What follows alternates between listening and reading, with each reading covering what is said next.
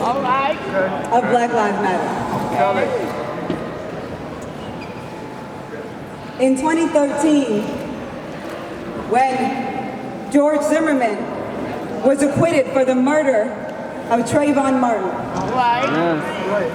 an 18-year-old black boy guilty of leaving his home being black. Well, When he was acquitted, Alicia Garza wrote a love letter to black people. In that letter, it ended with 3 words: Black Lives Matter. all right. Patrice Cullors saw those 3 words and recognized that in it would resonate the inherent value, the incredible brilliance and fire that is blackness. Yes. Right. And so a hashtag was created, and from that hashtag, from that idea, it turned into a vision, and a vision actualized into a movement. Yes, yes.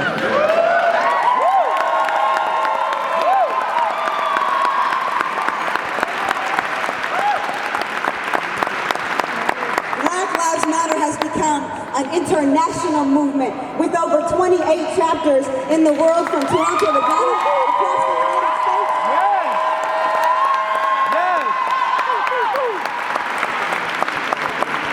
When the National Guard pulled into and poured into Ferguson, people in Palestine were making hashtags and telling those folks on the ground how to neutralize tear gas. All right. Because of that movement, we can make connections. We know that the same company that manufactures that tear gas that was present in Ferguson is the same company that manufactures it and sends it to Palestine Global oppression. to support Zionism. Because of that movement and because of Black Lives Matter, we recognize that same troops that are being trained in Israel are being trained here, are being trained in Canada, and being trained in the UK. We know this. When Mike Brown was killed, the world knew about it. We had over 3,000 people come out in Toronto. There were over 3,000 people that came out in London, in London, UK. There were movements all over the States and all over the world.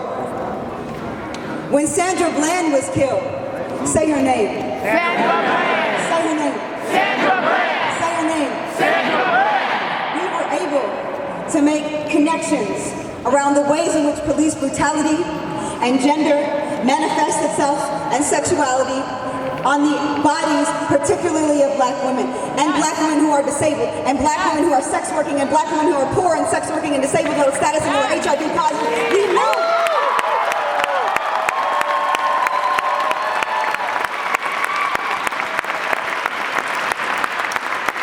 This is a movement that has been led at the heart of it by queer and trans people, by gender non-conforming people, by poor people, by unemployed and underemployed people.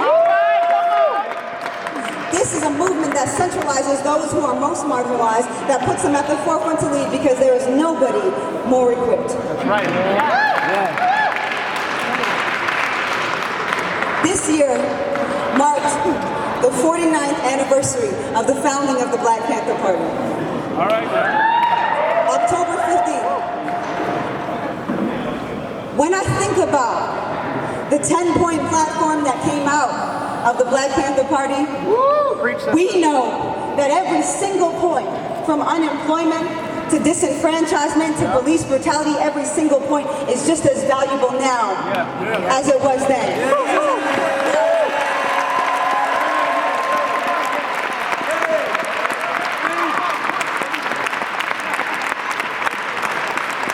And from that movement, we know some things.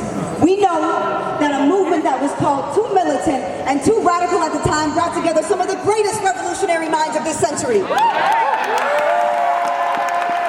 Because of that